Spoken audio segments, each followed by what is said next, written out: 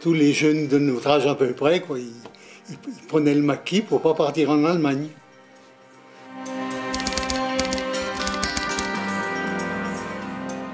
Et en 1942, il y a eu la dissolution de l'armée française. J'étais chasseur au 6e BCA à Grenoble. Quand on a dissous le 6e bataillon de chasseurs alpins, j'ai été voir mon commandant d'unité qui m'a dit, je lui ai dit, je ne veux pas partir en Allemagne au service travail obligatoire. Alors ces gars-là, ils étaient venus en manœuvre au mois de juillet par là dans la vallée. Il y avait le 6e BCA, il y avait le 13, tout ça, avec les mulets, les canons, tout ça. Ils sont restés peut-être un mois par là. Ils ont aidé à faire les foins aux agriculteurs. À la dissolution de l'armée, là, je crois que c'est en novembre ou à fin octobre 1942, eh ben, il y en a pas qui ont rappliqué par là, ils sont venus. Quand nous sommes venus en manœuvre à Bouège, j'ai rendu service à des personnes à faire les foins. Et quand on a quitté Bouège 15 jours plus tard, la dame m'a dit, si un jour vous avez des problèmes, vous pouvez venir, on vous recevra. Et puis nos citoyens du village, comme chez Berlulin, un peu partout, personne n'est allé se présenter. Alors c'est les premiers qui ont pris le maquis.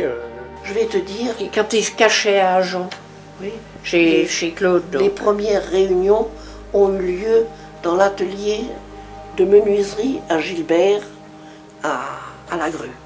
C'était un dimanche matin dans un café ici, au lieu d'aller à la messe, on avait été au café. Il y avait quelqu'un qui nous attendait, un monsieur qui s'appelait Michel Blanc.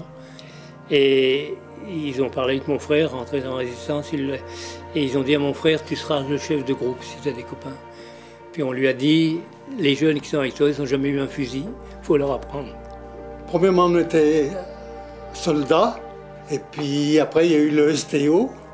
Alors là, tous les jeunes de notre âge à peu près, quoi, ils prenaient le maquis pour ne pas partir en Allemagne. Se proposer assez de donner des vivres pour la résistance qu'à la réquisition. En plus, ces paysans avaient l'excuse de dire, ah ben, vous êtes nuls, mais la résistance est passée, elle nous a pris une vache, elle nous a pris un cochon, parce qu'on leur donnait, on avait des bons.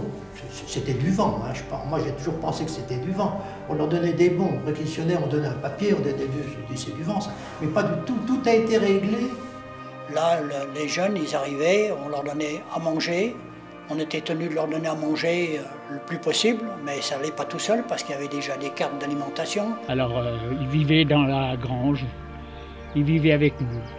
Et puis, comme on faisait le pain, tout, le four marchait jour et nuit hein, pour fabriquer le pain pour les hommes.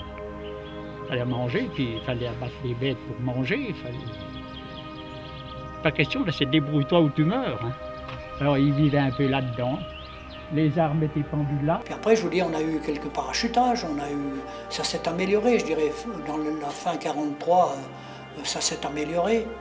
Et puis en début 44, ça s'était encore amélioré. Mais au départ, il n'y avait strictement rien, et vous aviez une arme pour 10 gars. Hein. Et puis c'était quoi? C'était un pistolet 7,65, il fallait dormir avec ça sous l'oreiller, puis protéger les copains qui... Là, on avait toujours 25-30 personnes. Cachés avec nous. Puis quand ces hommes étaient prêts, on avait eu des parachutages pour les armer, pour tout, on les dirigeait sur les Voirons.